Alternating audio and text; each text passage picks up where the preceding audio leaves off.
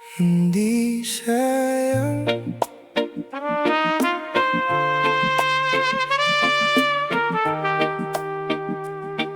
Hindi sayang.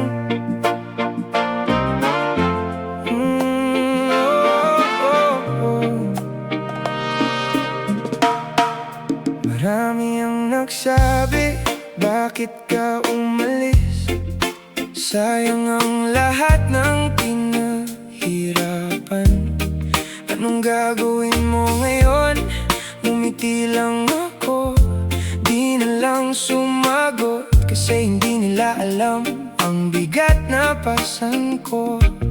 Hindi nila nakita ang mga luha bago sumikat ang araw. Mga gabing gising pa rin habang unti-unting nawawala ang sigla ko. Araw-araw kong tinatanong, may halaga pa ba ako? Sa bawat salitang bumasa sa natitira kong puso. Hindi lang trabaho ang iniwan ko, kundi mundong unti-unting dumurog sa akin. Pinili kong lumayo para muli kong matagpuan ang sarili. Mas mabuti nang simula muli kaysa manatili sa sakit na walang katapusan. Minsan ang paglayo, siya palang daan para muling mabuhay. Oh, yeah. Oo, natakot din ako sa bukas na walang kasiguruhan, sa sweldong mawawala at sa mga taong huhusga.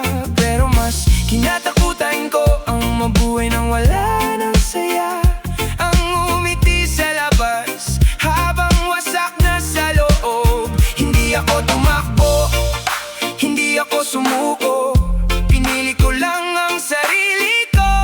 Sa wakas natuto, may mga pintong kailangang isara para sa bagong umagang naghihintay. At may mga sugat na kailangang iwan para muling maging malaya. Kaya kahit hindi ko pa alam kung saan ako dadalhin ng bukas, mananatili ang paniniwala na may dahilan ang bawat pag-alis. Oh, dahil ang pagtatapos ng isang kabanata, simula pala ng mas magandang kwento. Ngayon alam ko na